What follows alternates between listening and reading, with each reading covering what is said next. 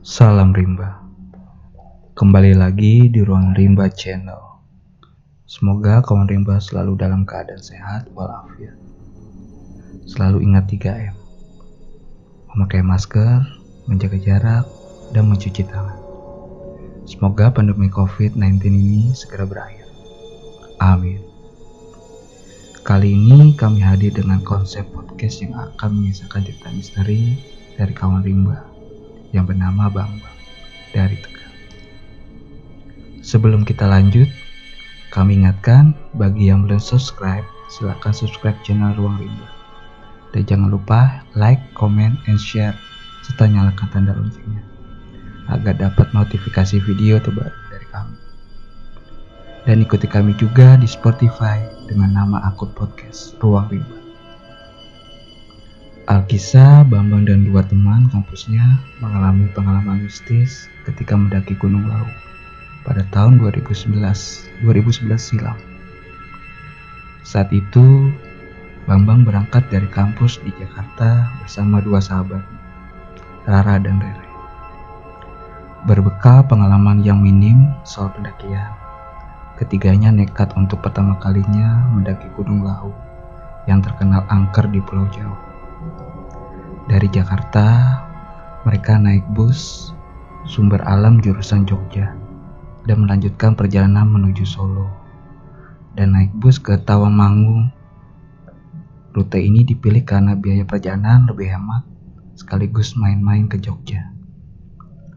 Mereka beruntung mendapatkan bus terakhir menuju Tawangmangu dari Solo.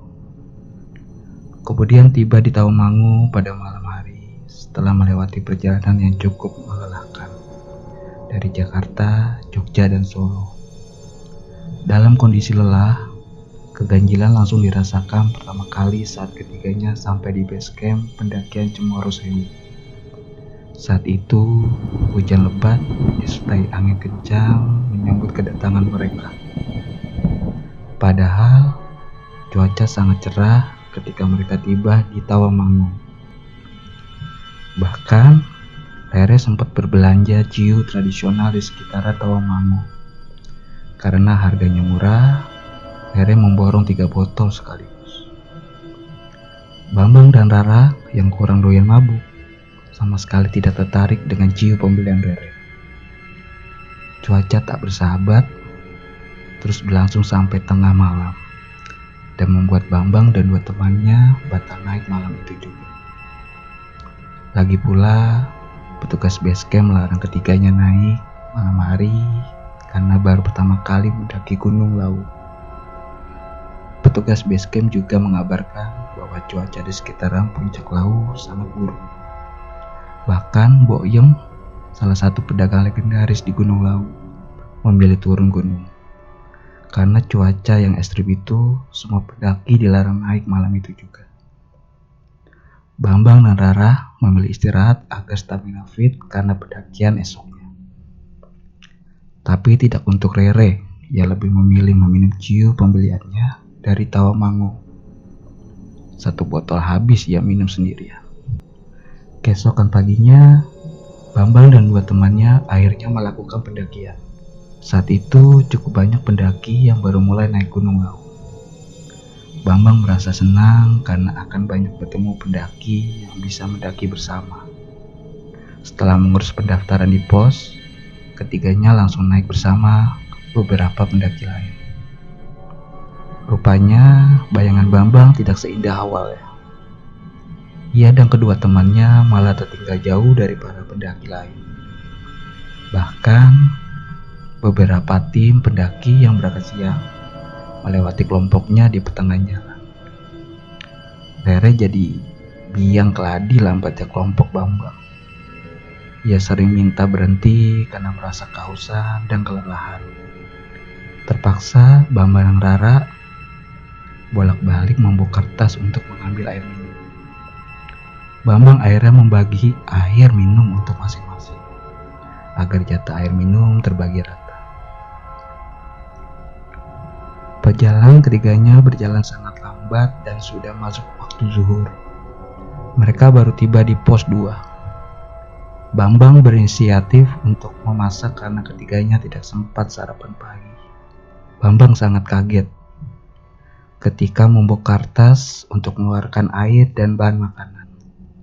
Stok air yang sudah dipersiapkan di dalam tas malah hilang entah kemana. Rara dan Rere tidak tahu menahu sebab semua logistik di dalam tas Bambang. Ketiganya panik karena perjalanan masih jauh dan mereka sama sekali tidak menguasai medan di Gunung Lau. Ketiganya pun melanjutkan perjalanan dan berharap menemukan mata air atau pendaki lain yang tahu lokasi mata air di jalur Cemoro Sewu. Anehnya, sepanjang perjalanan ketiganya tidak bertemu satupun pendaki. Padahal saat itu banyak pendaki di base camp. Cuaca pun berubah drastis, yang tadinya terik menjadi mendung dan gelap. Ada beberapa percabangan di jalur yang membuat ketiganya ragu-ragu. Tapi Bambang tetap maju dan berharap jalur yang dilaluinya merupakan jalur menuju puncak Hargo Dumila. Di tengah perjalanan, Bambang merasa ada yang memanggil-manggil. Beberapa kali mereka berhenti untuk memastikan apakah ada yang memanggil atau tidak.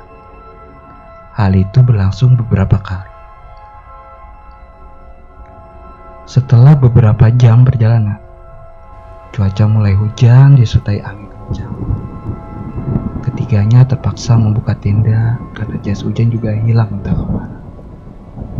Bambang tidak ingat pasti di pos berapa yang membuka tenda. Kemungkinan di antara pos 5 menuju Sendang Derajat.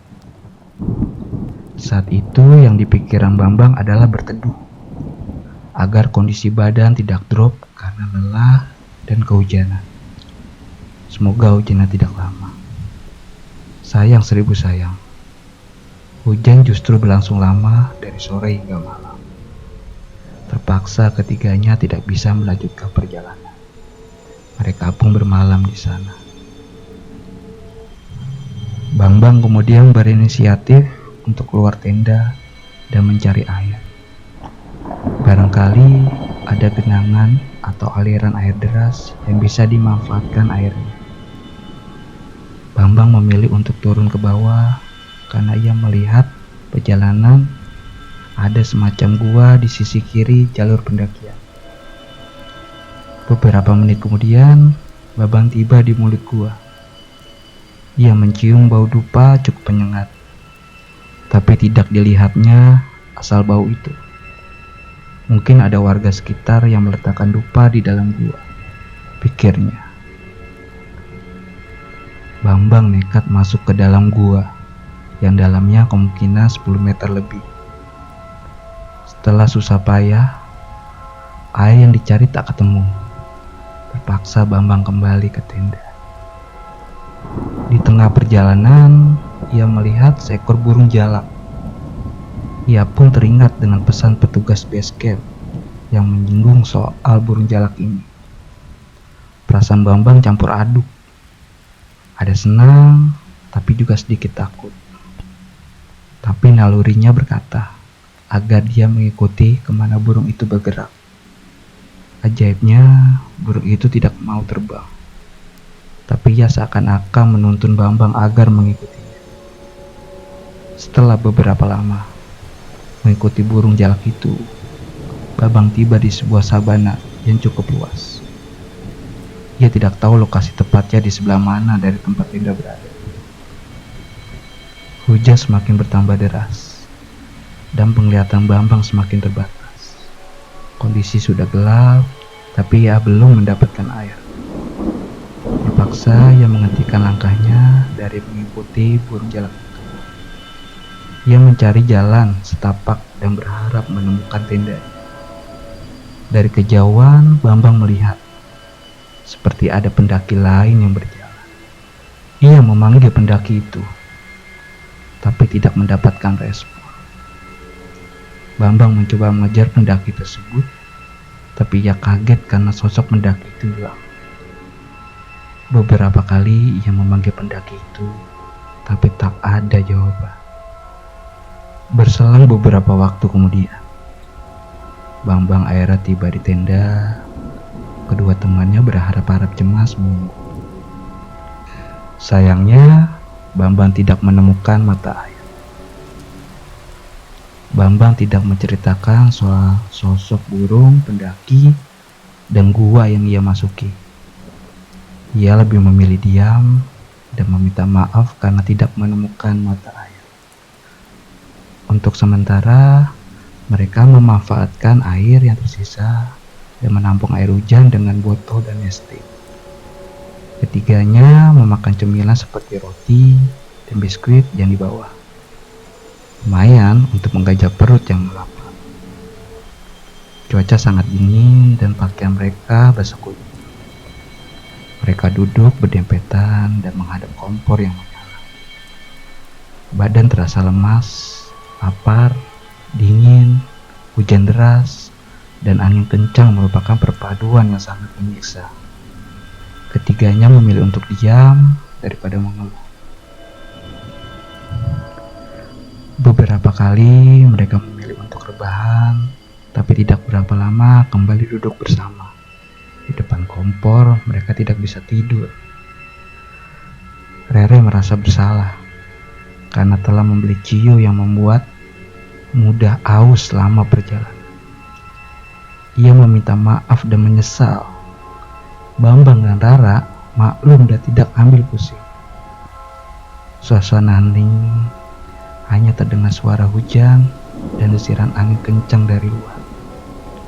Sesekali angin berhenti, tapi kemudian kembali kencang. Cuaca Gunung Lau saat itu sangat tidak bersahabat. Ketiganya mencoba untuk beristirahat dan tidur. Dini hari, Bambang merasakan ada yang aneh di luar tenda. Tapi ia tidak memberitahu kedua temannya. Ia mendengar ada suara aneh mendekati tenda. Ia sempat berpikir itu suara pendaki lain yang melintas. Tapi mana mungkin orang nekat melakukan pendakian di kondisi buruk seperti ini.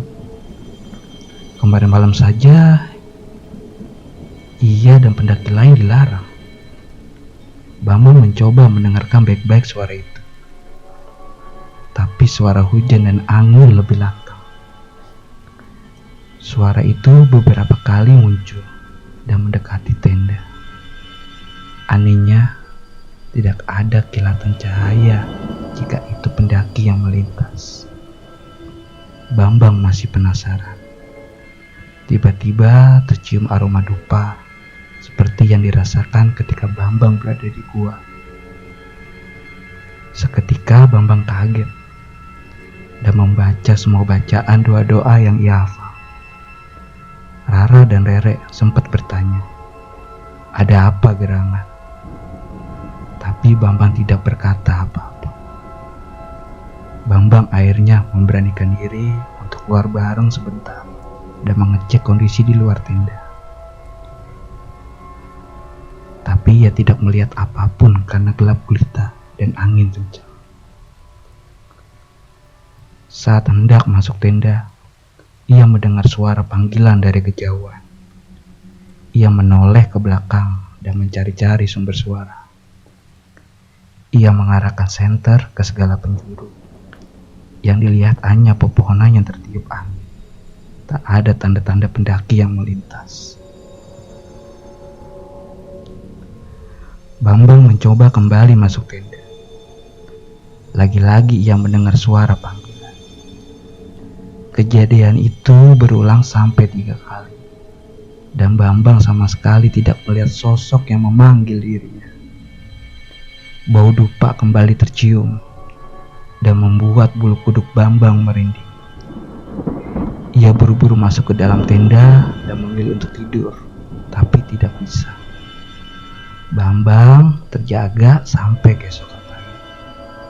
Ia menggigil ketakutan dan membuat Rara dan Rere panik, tapi Bambang tidak mau bercerita. Setelah kondisi agak terang, ketiganya memilih untuk mengakhiri pendakian dan kembali ke base camp.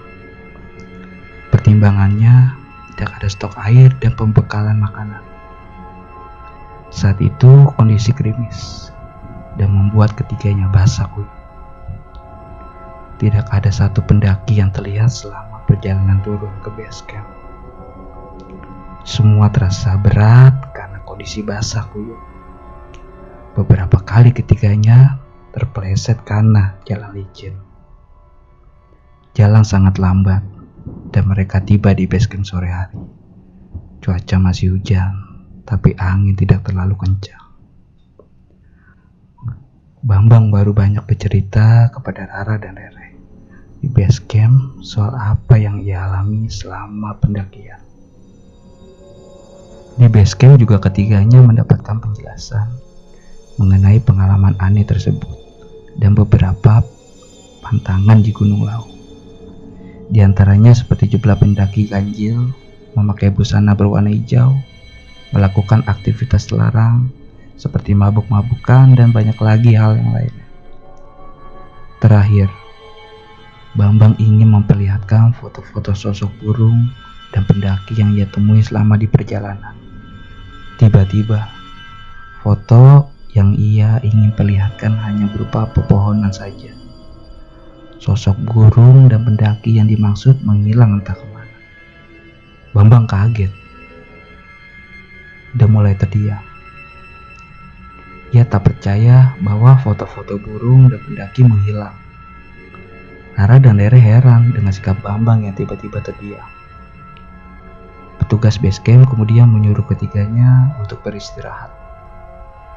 Cuaca masih tidak bersahabat dan katanya semalam suhu di Gunung Lau hampir mendekati 0 derajat. Pantas saja di atas sangat dingin, pikir Bambang dan kedua temannya.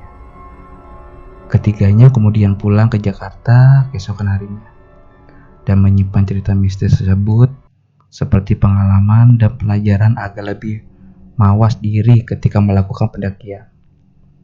Sekian cerita pendaki misteri dari kawan rimba dari Tegal, Mas Bambang.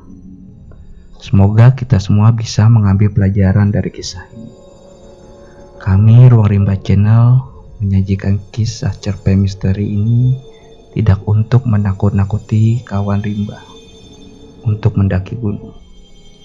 Cerita ini kami sajikan agar kawan rimba lebih berhati-hati selama perjalanan di suatu gunung. Sampai jumpa di cerpen misteri selanjutnya.